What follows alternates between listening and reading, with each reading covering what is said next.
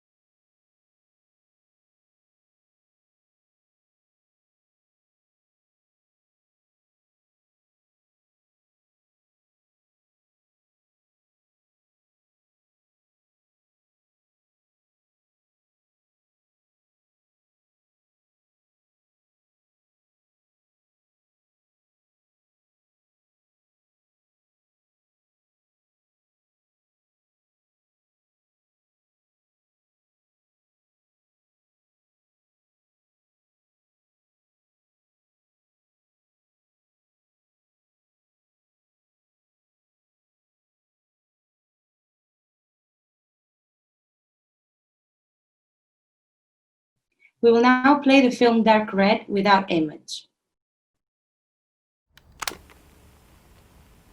I didn't have anyone to talk about this with, so I'll try it this way. Hi, Mum. Just want to say a couple things before I go. Don't know where to start.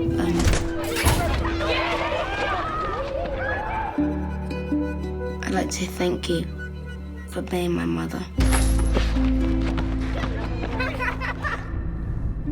Thank you for taking me to places and caring about me. Come on! Lamar, where are you going? Lamar! Are you okay? Mum, I don't think you'll understand, but I'm changing.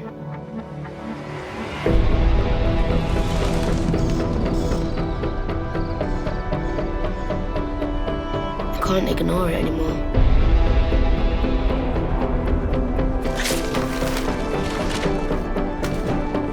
I don't want to leave you, but I guess it's the only thing I can do.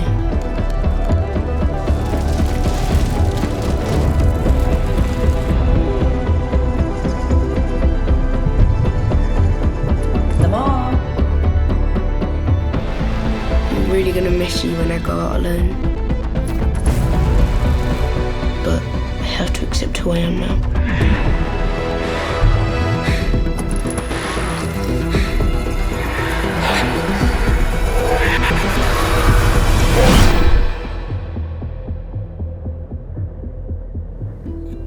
Don't think I'll be able to see you again. So I just want to say my last goodbye.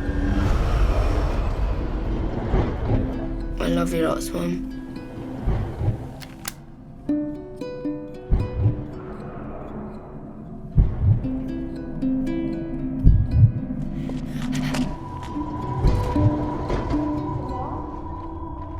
Lamar? Somebody help!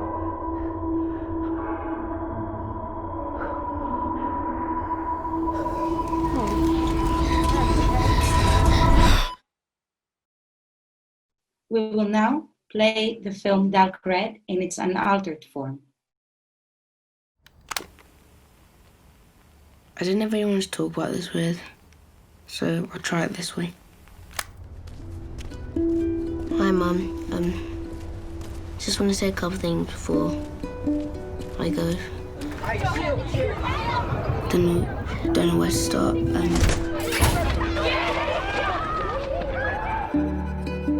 I'd like to say thank you for being my mother. Thank you for taking me to places and caring about me. Lamar, where you going?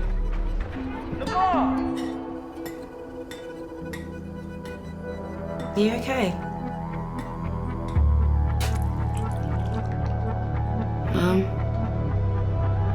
I don't think you'll understand. But I'm changing.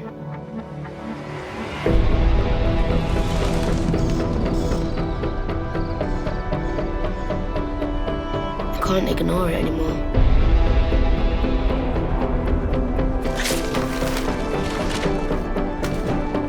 I don't want to leave you. I guess it's the only thing I can do.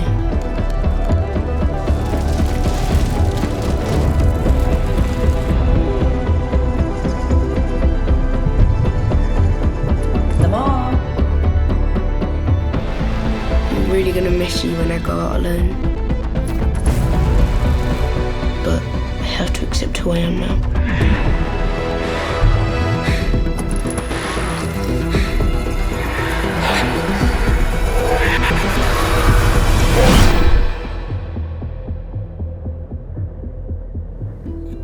Don't think I'll be able to see you again. So I just want to say my last goodbye. I love you lots, Mum.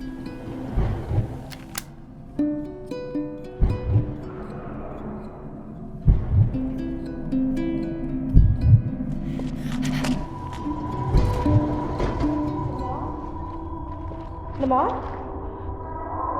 Somebody help!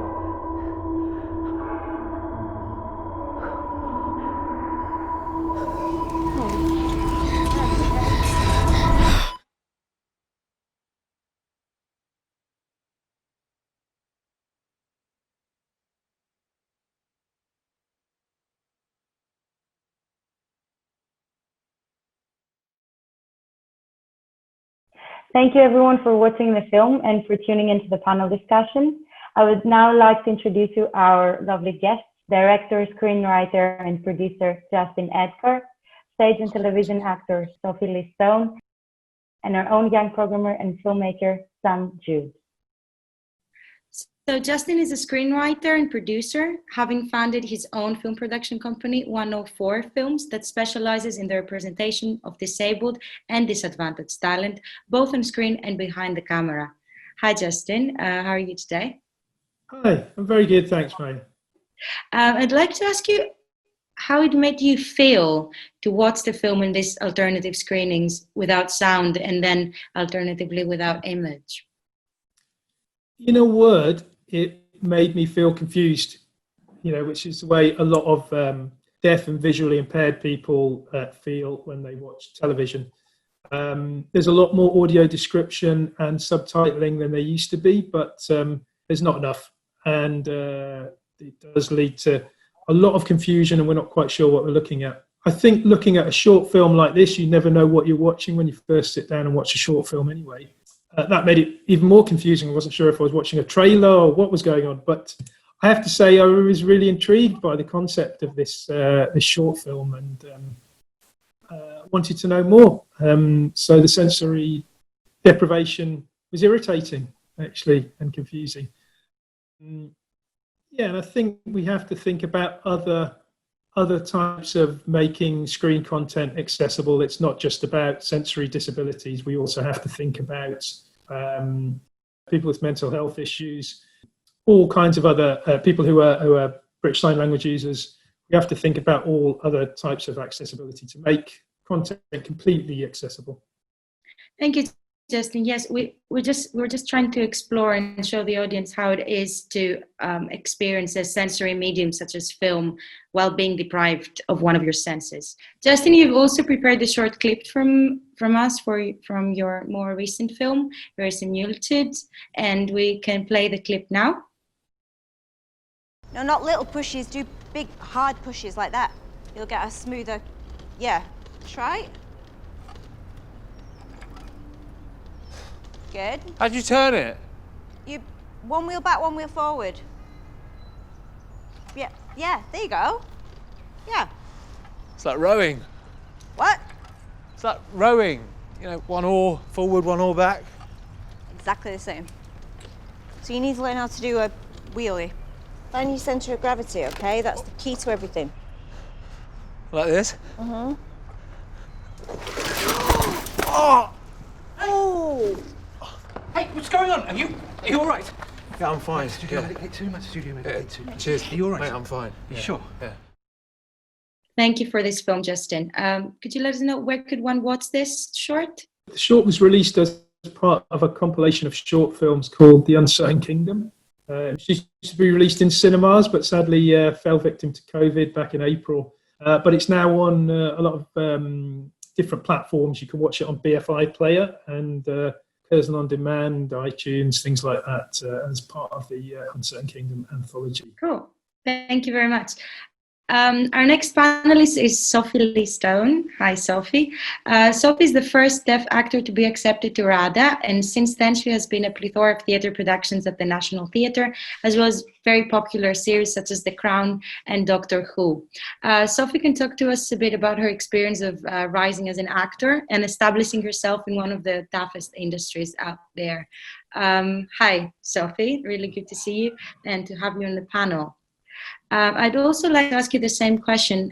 How does it make you feel to watch this film in these three different ways? What do you think you'd gain from this experience? It's funny because watching it for the first time with no sound and with no subtitles just reminded me of the TV and film that I used to watch when I was growing up, because back then in the 80s they didn't have subtitles, so I used to just watch for the visuals. So you see sort of the lighting, the story and the relationships that people have with each other, so you kind of get used to trying to piece things together and try and figure out the story without actually having any sound or information given to you. So I'm kind of used to that, but I'm sure there's been like many years where I've had subtitles and I've got used to being able to go and see films and stuff with captions and understand. But watching that just took me back to watching it with a different lens, I suppose. So I'm seeing the lighting, I'm seeing how the storyboard might have been set up at the beginning. So yeah, it just feels like you get back to your roots almost. But then watching it with no visuals and blank screen and just trying to work out what I can hear, I kind of felt excluded, and I probably would have switched off. I can feel and hear some bits of, you know, the tension rising, but not fully engaged or understanding what's going on. So I probably would have switched off and removed myself from the story a little bit. Yeah. Well, thank you so much for this, Sophie. I know that you've also prepared a video introduction of your work. So I think it's from the film Retreat, the clip that you send us. So we can show, yeah? Great, we can show the film now.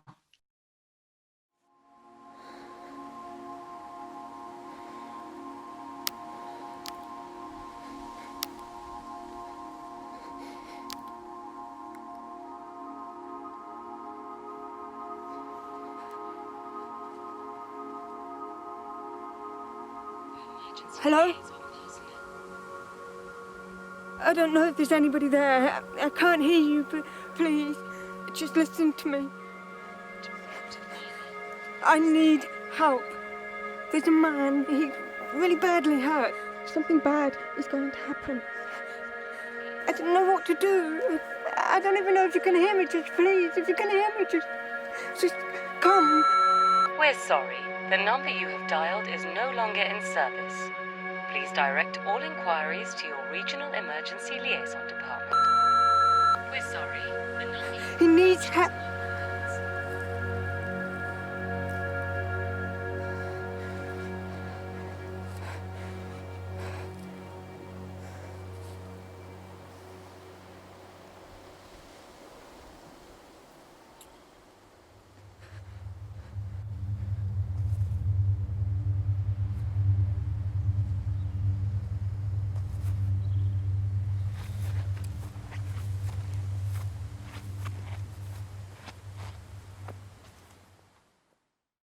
Thank you, Sophie. There was a lot of tension on that clip. Sam Judd graduated from the Northern Film School in 2019. Along with writing and directing his own short films, he has also undertaken various roles in film sets. He is additionally one of the BFI Film Academy Young Programmers. Along with helping in curating the event, Sam is also taking part in the panel and will talk to us about his first steps as a filmmaker and what support he has received so far by the industry. Sam, it's really lovely to see you in this panel as you represent a large group of disabled filmmakers, and you can provide us with a lot of insights of how to take advantage of your disability to make art. Would you like to let us know how the screening made you feel? It is slightly different for me because, of course, I was involved in the organization of this event, so I watched the film before. However, I have never seen it in that order before. I found it quite eye-opening, stepping into the shoes of someone without use of sight, then someone without use of their hearing, showing how while film and TV are great and can do a lot of good, they can be isolating for certain groups of people, as well as, of course, the obvious lack of representation on screen. For my next project, I will think about how I can work around those sensory issues the screening just demonstrated. I had a brain stem stroke at the age of 4. While I am physically disabled and I can understand the challenges, I can't imagine not having use of a sense. Thank you, Sam. Yes, it is true that film and TV can't be exclusive at times. And at this event, we're aiming to propose alternative ways for filmmakers to make art that is more inclusive and open to everyone. And I would really like to show a video from your own film, Liberator. So if we can play the clip from Liberator now. No talking.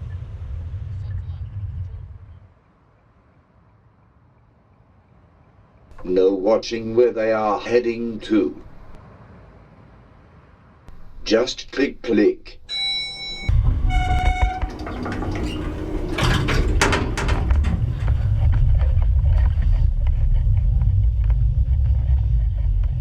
The sad thing is they don't need the devices. Thank you, Sam. I really like that line, that they don't need their devices. It's a sad truth. Justin, Sophie, and Sam, thank you so much for joining us today.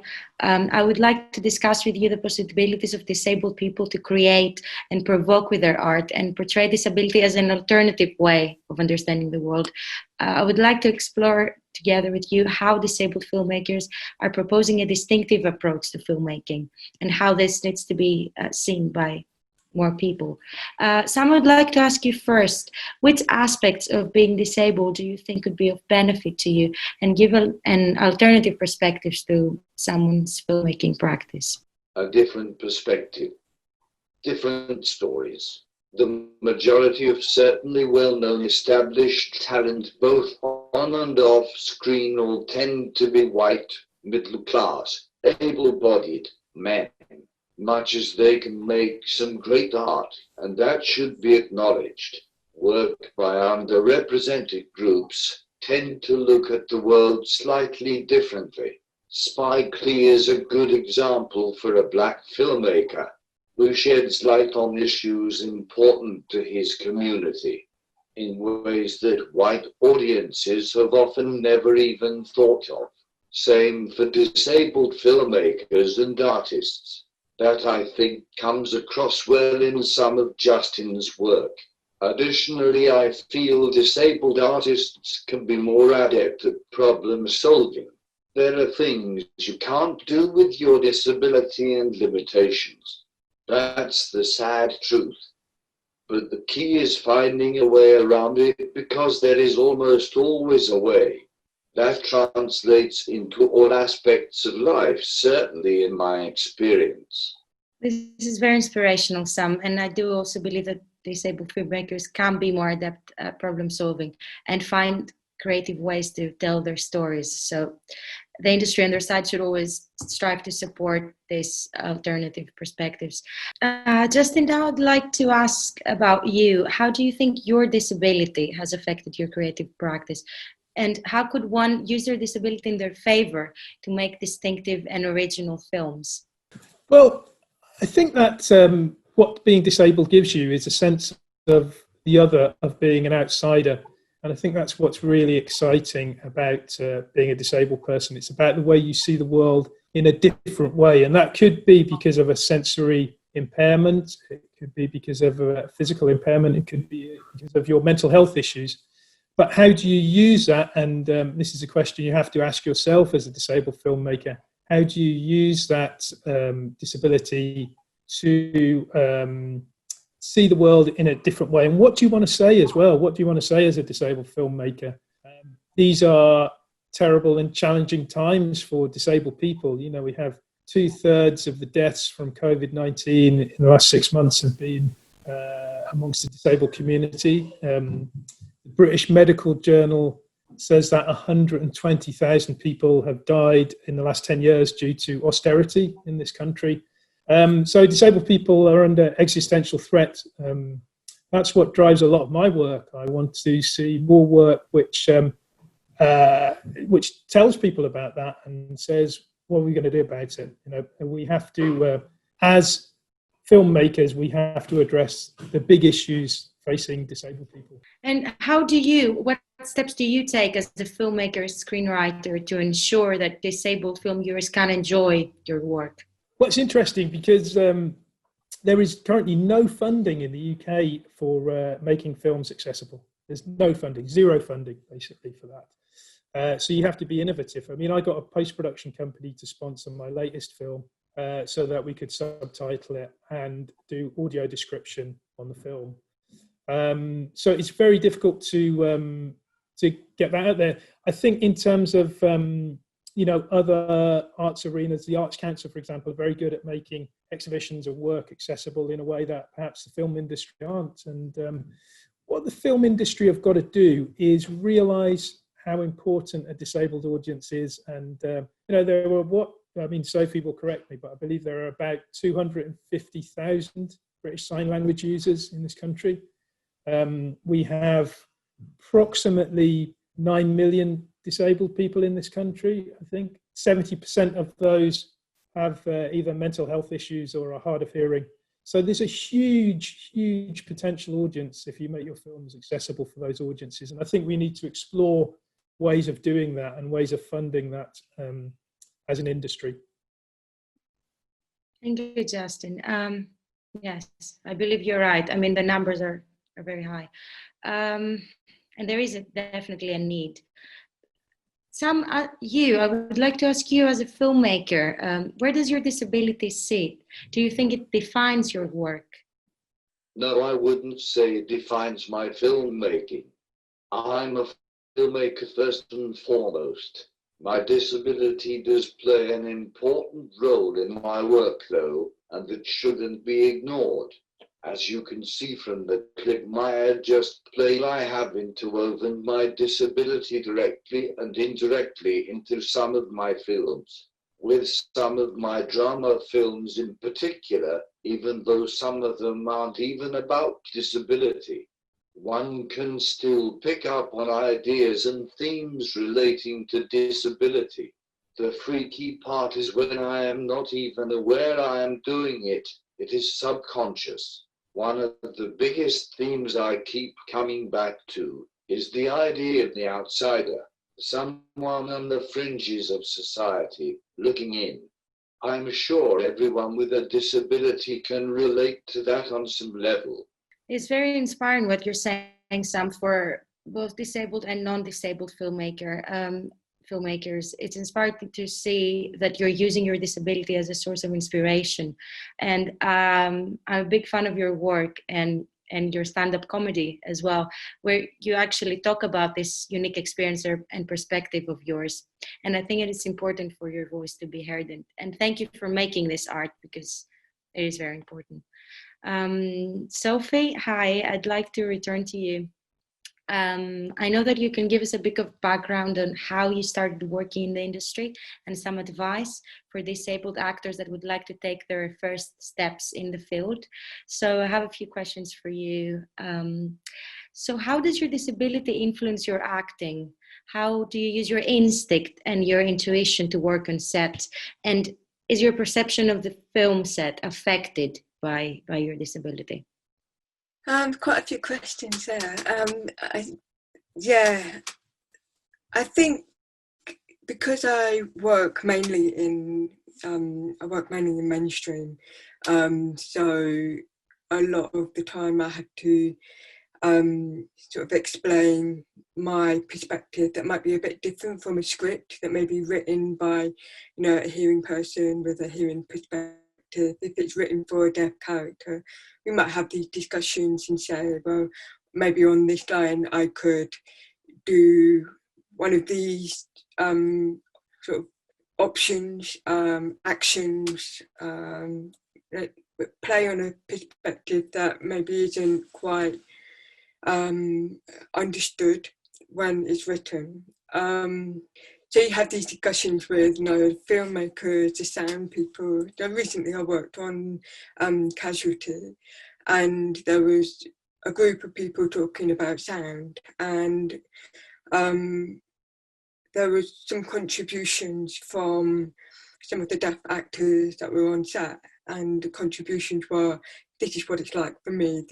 My hearing aids make these specific sounds, and so you were, even though you're deaf, you're still sort of feedbacking what it's like for because if the camera is in POV, so it's like your point of view, you want the sounds to be authentic to the deaf person's experience. So having all of those options meant that they could play with sound from our perspective, and that mattered a lot, because a lot of deaf audiences that were watching afterwards were saying, yeah, that's what it sounds like. For the first time, it wasn't the standard, muffled underwater sounds that they just put on all films or all TV programs.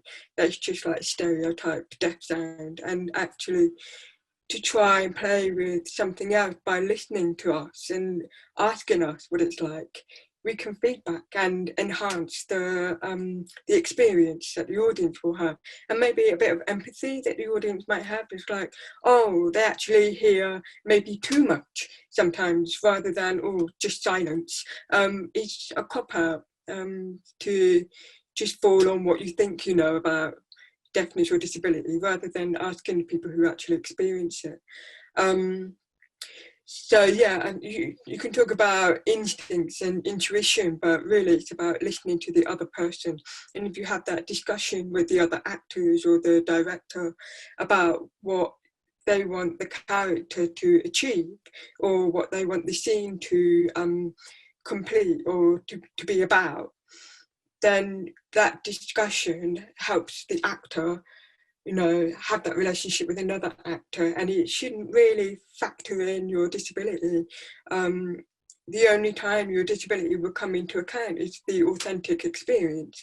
And I think that when you cast actual deaf or disabled actors, they will naturally have that, and everything else is acting. Whereas when you cast non-disabled people, they're having to perform a disability and they call that acting, and that's very frustrating for a lot of actors to just feel like, oh, we're not acting, so we're just playing ourselves. And that's an offence, you know. It's just saying that we don't have the experience or the instincts or the capability to perform in front of a camera or on stage as another person's life. But what we will bring is our survival tactics, our, you know, the way that we look at someone, the way that we respond to someone, you know, even from like small nuances of breath in a deaf person is very different to the way that a hearing person breathes, and you won't get that unless you know that experience, unless you have that. So trying to explain that to society now is a fight. And so if you put your trust into a director or a team, you would hope that those conversations would be allowed to be had and that they will listen to you. And do you think those conversations are happening better when in theater or in a film set? Do you think there's more time in theater to have those conversations and to show yourself and find a way of working that works best for all of you, for all the crew? Yeah, I do. And I think sort of the magic with theatre is that you can almost play anyone. There's permission, whereas TV kind of have to sound hearing. You have to look like you can walk. You have to, you know, there's more sort of limitations about the roles you can play and, you know, the jobs that you can do within the industry in TV. And, you know, that's changing slowly. They're making it happen. Like, for example, you have a person who non-disabled and, you know, walks, has full use of their legs, but they might be in the film, they might have an explosion and they lose their legs, and then they use CGI to remove their legs to make it look like they're, you know, they're in a wheelchair for the rest of the film with no legs. But there's the question of why couldn't it be the other way around? So somebody who doesn't have legs could have CGI to make it look like, you know, they started that way, and then for the rest of the film be themselves and perform the character. So there's those questions about morally, who are you casting and why, and whose story is it? So yeah. So from your side, could you name a few institutions that actually help young actors with disabilities to develop their career? Yeah. I know a few theatre companies, but I think because there's so many limited opportunities for deaf and disabled to have training in like drama schools and institutions, that finding mainstream theatre groups can or even, you know, specialised theatre groups can help support and promote and introduce you to the right people, so that you will get into the profession. But the main thing is that you have some form of training, and I've always found that Grey Eye and definitely theatre, sort of Ramps on the Moon project, there's Birds of Paradise in Scotland, and the RCS, the Royal Conservatoire of Scotland. They all have sort of areas of like maybe summer school or groups or like a hub where you can have some form of training from people who are already in the profession coming in to sort of pass and, you know, pass down their experiences and help promote sort of better opportunities for deaf and disabled actors, really. And I've always found that if you know the right people, you'll be introduced to the right people and you work your way up. So even if you don't have training, it's experience that makes you where you end up, really.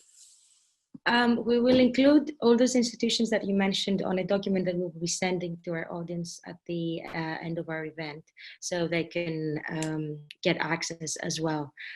Sam, I'd like to ask you, how did you decide to get into film? And did your disability influence your decision in becoming a filmmaker?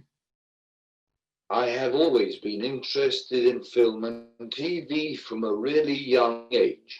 However, I feel that my stroke amplified my interest, gave me a way of escaping my situation and something else to focus on.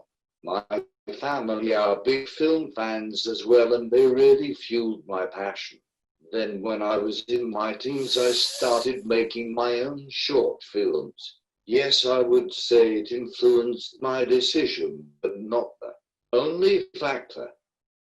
And what steps did you take in order to get involved with filmmaking and to produce your own films? And you also work as a programmer. So I'd like to know how did it all start? I made my most recent films through the Northern Film School. For my earlier work, I tended to just make them off my own back, either using my own camera or borrowing one from school, college, a friend. For one film, I even shot a scene on an iPhone for the sole reason that the camera ran out of batteries. It turned out okay. That is proof, though, that you don't need really highbrow equipment to make a film. You just need something to film and something else to edit. An idea of some kind is also helpful. That is the bare minimum. You don't even necessarily need actors for some kinds of films. The most important thing is getting your work seen and out there. You also asked about programming. My first job in film programming was helping to program Leeds Young Film Festival. That involved watching films from all across the globe and doing a film on each. I then did similar work for the BFI. It is a great way of getting festival experience if you struggle with the more practical, hands-on roles on a film set. Yes, it's true that programming is more accessible, and but I really do agree with your idea that the first step to make a film is having the desire to do so and to make the extra mile. But also, of course, it's very important to have support from the industry. And I'd like to ask you if there was enough support for you to develop your skills and your creative practice, and if there was, where did you get support from?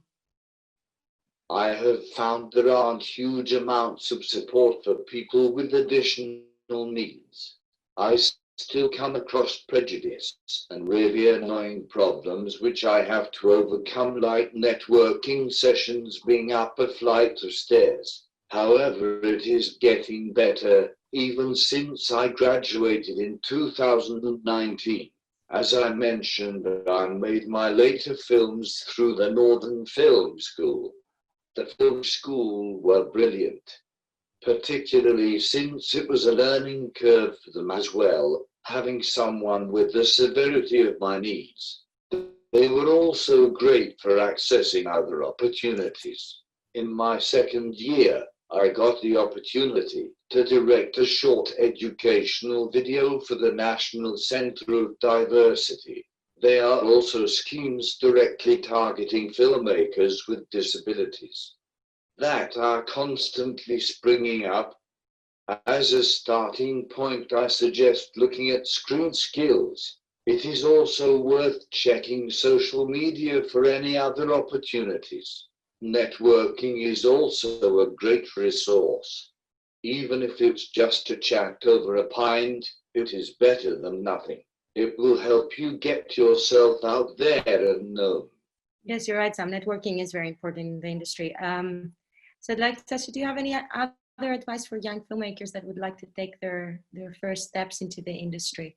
Think creatively. If you find it hard to do more physical roles on a film set such as runner or grip, could you talk to someone about making reasonable adjustments for you? Or could you do another role which is less physically demanding? Could you do something else in the film industry to gain experience and knowledge?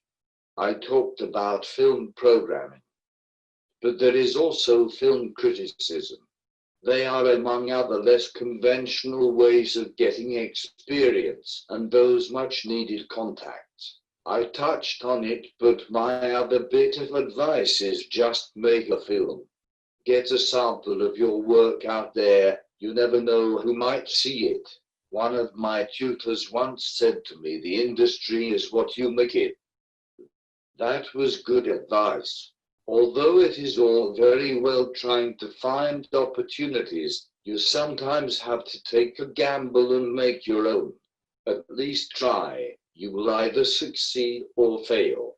That brings me on to my last piece of advice. Roll with the punches. You will face challenges.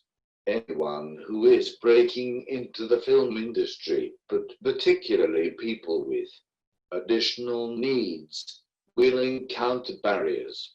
Not to sound too much like Rocky, the trick is then picking yourself up, thinking, is there a way around this? If not, just move on to the next thing. If you do feel though it's discrimination, then you should tell someone. Hopefully, by being in the industry and being a presence, you can help change attitudes. You're so right, Sam. Thank you so much for your input. It is very important to vocalize your concern and talk to people. Also, as Sophie aforementioned, you need to be able to communicate your rights and to also your perspective. I would just like to ask you, how did your career as a director on TV for BBC commence? And if it was difficult for you to find work in the industry, being diagnosed as hard of hearing in an early age? Well, I went to university much as Sam did, and did a degree in film and television. And after graduating, there weren't a lot of opportunities at the time. Actually, it was kind of the late 90s. So I just made a short film, and it was before the advent of digital technology. So you had to shoot films on film, and it was harder to get the materials and the equipment together that you needed. So we used these things called short ends, which are the old bits of film that left over after big feature film or TV drama shoot on 16mm. And we got a 16mm camera for free, which was so noisy we had to throw a blanket over it. And it was just really, really difficult to get it together. But anyway, I made a film, and the film won an award, and that's what brought me to the notice of the producers, and that's how I was able to get my first job directing soap operas for the BBC, and then subsequently the next film, the first film, which I made now 20 years ago. But it was difficult, and interestingly, one of the things that happened to me when I was on Doctors is one of the first people I met was a director called John Maidens, who was also hard of hearing. So we were working on Doctors at the same time. And I think it's interesting because there are much fewer opportunities for disabled directors now, despite a lot of talk in the industry and trying to get people into jobs. There's actually, I don't think, as much opportunity as there was then. Thank you, Justin. Yes, I think it's time to wrap up now, but I would like to let our audiences know that we will have a document that will have other ideas and more useful resources about what we have discussed today, and about platforms that are available for young filmmakers to submit their films, and ways to get involved in production and to develop your skills as a disabled filmmaker. Justin, Sam, and Sophie, thank you so much for taking the time to answer those questions and contribute all this useful advice to our audience. I think you've provided a very good foundation for filmmakers to get inspiration from. And I'd like also to thank our audiences for partaking in this event and for submitting the questions. We will be posting on the Facebook event page, as well as our social channels, that document that I was talking about that will have all of today's useful information. And also you will have the opportunities to submit your questions through our socials. And there you can ask your questions, and our speakers could then give you some feedback. I hope you all have enjoyed this discussion as we did. Thank you for watching the event, and please look out for more events that are curated by the BFI Film Academy Young Programmers. And yeah, thanks so much. Thank you, Sophie. Thank you, Justin. Thank you so much, Sam, as well. It was a lovely conversation with everyone.